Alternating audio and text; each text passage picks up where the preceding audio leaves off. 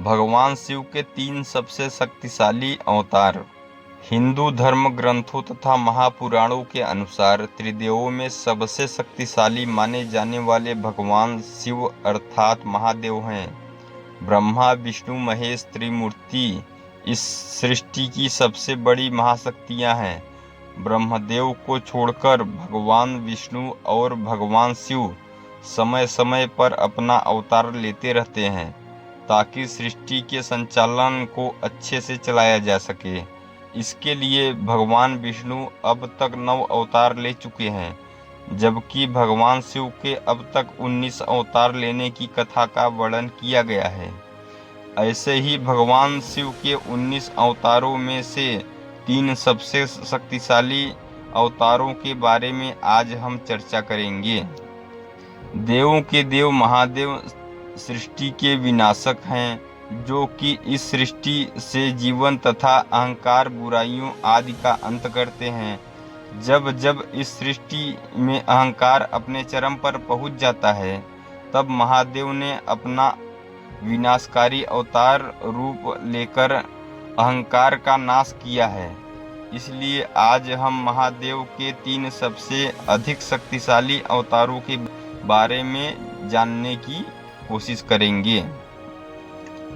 महापुराणों के अनुसार माना जाता है कि भगवान शिव के काल भैरव अवतार को सृष्टि के निर्माण के समय जन्म दिया था।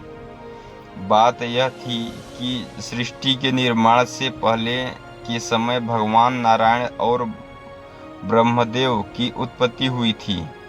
तब ब्रह्मदेव को अपने सबसे श्रेष्ठ होने का अहंकार उत्पन्न हुआ। तब ब्रह्मदेव के अहंकार के रूप में ब्रह्मदेव का 5वां सर उत्पन्न हुआ था, जिसको काटने के लिए भगवान शिव ने काल भैरव को उत्पन्न किया। काल भैरव ने ब्रह्मदेव का अहंकार रूपी पैदा हुआ 5वां सर काट दिया, लेकिन उस वजह से काल भैरव पर ब्रह्म हत्या का पाप लग गया। काल भैरव ब्रह्मदेव के उस कटे हुए शीश को लेकर बहुत से तीर्थ स्थानों पर घूमते रहे, लेकिन उन्हें ब्रह्म हत्या के पाप से मुक्ति नहीं मिली।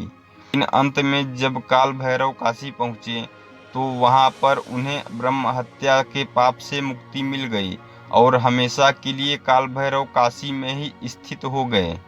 काल भैरव भगवान शिव का पहला अवतार थे, जिन्होंने सृष्टि के रचयिता ब्रह्मदेव का शीश काट दिया था। वह महाशक्तिशाली थे। वीरभद्र अवतार। भगवान शिव का दूसरा महाशक्तिशाली अवतार का नाम था वीरभद्र। वीरभद्र की उत्पत्ति भगवान शिव की पत्नी सती के पिता प्रजापति दक्ष को मारने के लिए हुई थी। प्रजापति दक्ष का अहंकार इतना बढ़ गया था कि वह भगवान शिव की पत्नी माता सती के मृत्यु का कारण बन गया था। माता सती के मृत्यु से भगवान शिव इतने अधिक आहत हुए कि वह क्रोध में तांडव करने लगे, जिससे यह सृष्टि कांपने लगी थी। तब तांडव करते हुए महादेव ने अपनी जटा का एक हिस्सा उखाड़कर जमीन पर फेंक दिया, जिससे वीरभद्र की उत्पत्ति हुई। महादेव ने वीरभद्र को यह स्पष्ट आदेश दे दिया कि तुम इसी समय प्रजापति दक्ष के राज्य में जाकर उसका अंत कर दो और जो भी तुम्हारे रास्ते में आए, चाहे वह देवता हो या दानव हो या मानव हो, कोई भी हो, उसे तुरंत भस्म कर दो। वीरभद्र जब महादेव की कुंडलिनी शक्ति का प्रतीक था, वह उसी क्षण प्रस्थान कर देता है और प्रजापति दक्ष के महल में आकर उनका यज्ञ विध्वंस कर देता है। वीरभद्र से लड़ने के लिए प्रजापति दक्ष अपनी सेना को आगे कर देता है, लेकिन वीरभद्र एक एक करके सबको पराजित कर देता है। उसके पश्चात प्रजापति दक्ष भगवान नारायण से सहायता मांगता है और वीरभद्र से लड़ने के लिए विनती करता है। तब वह नारायण वीरभद्र से लड़ने जाते हैं, लेकिन एक ऋषि के दिए गए श्राप के कारण वह उनसे हार जाते हैं। कुछ ग्रंथों में यह भी वर्णित है कि भगवान नारायण ने वीरभद्र पर सुदर्शन चक्र से वार किया तो वीरभद्र ने उनका सुदर्शन चक्र को निगल गया था। तब नारायण को यकीन हो गया था कि आज प्रजापति दक्ष की मृत्यु निश्चित है। इसलिए उन्होंने वीरभद्र से कहा कि अब मैं आपके रास्ते में नहीं आऊंगा। यह कहकर भगवान विष्णु वीरभद्र के रास्ते से हट गए तो वीरभद्र ने अपने खड्ग से प्रजापति दक्ष का सिर धड़ से अलग कर दिया। प्रजापति दक्ष का वह सर उन्हीं के यज्ञ में जाकर गिरा और भस्म हो गया।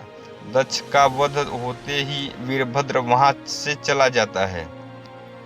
भगवान शिव के तीसरे सबसे महाशक्तिशाली अवतार का नाम है हनुमान, जिन्हें हम बजरंगबली, अंजनी पुत्र, पवन पुत्र, संकट मोचन, मारुति आदि के नाम से भी पूजते हैं। बजरंगबली हनुमान जी की शक्ति से हर कोई परिचित है।